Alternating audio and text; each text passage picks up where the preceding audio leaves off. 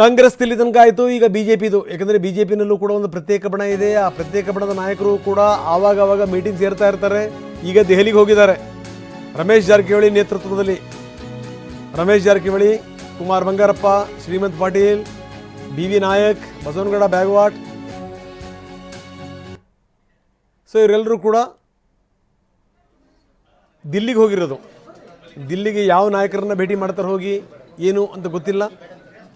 ಸಂಜೆ ಒಟ್ಟು ವರಿಷ್ಠರನ್ನ ಭೇಟಿ ಮಾಡ್ತಾರೆ ಅಂತ ಮೂಲಗಳು ಹೇಳ್ತಾ ಇವೆ. ಯಾವ ವರಿಷ್ಠರ ಅಪಾಯಿಂಟ್ಮೆಂಟ್ ಸಿಕ್ಕಿದೆ ಇವರಿಗೆ ಅದ್ರ ಬಗ್ಗೆ ಮಾಹಿತಿ ಇಲ್ಲ. ಬನ್ನಿ ಇದಕ್ಕೆ ಸಂಬಂಧಪಟ್ಟಂಗೆ ಕುಮಾರ್ ಬಂಗಾರಪ್ಪ ಮಾತಾಡಿದ್ದಾರೆ, ಏನು ಹೇಳ್ತಾರೆ ನೋಡೋಣ.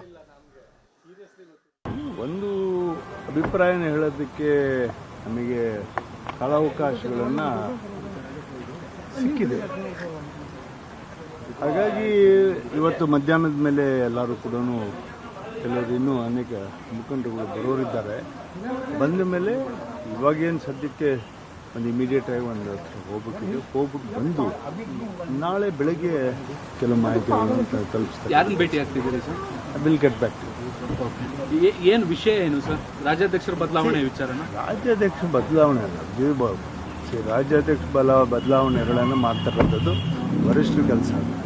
ಅವರು ತಗೊಳ್ತಕ್ಕಂಥ ತೀರ್ಮಾನವನ್ನು ನಾವೆಲ್ಲರೂ ಕೂಡ ಅನುಸರಿಸ್ಬೇಕಾಗತ್ತೆ, ಮುಂದೆ ಹೋಗ್ಬೇಕಾಗತ್ತೆ. But organisation matter especially 2028ಗೆ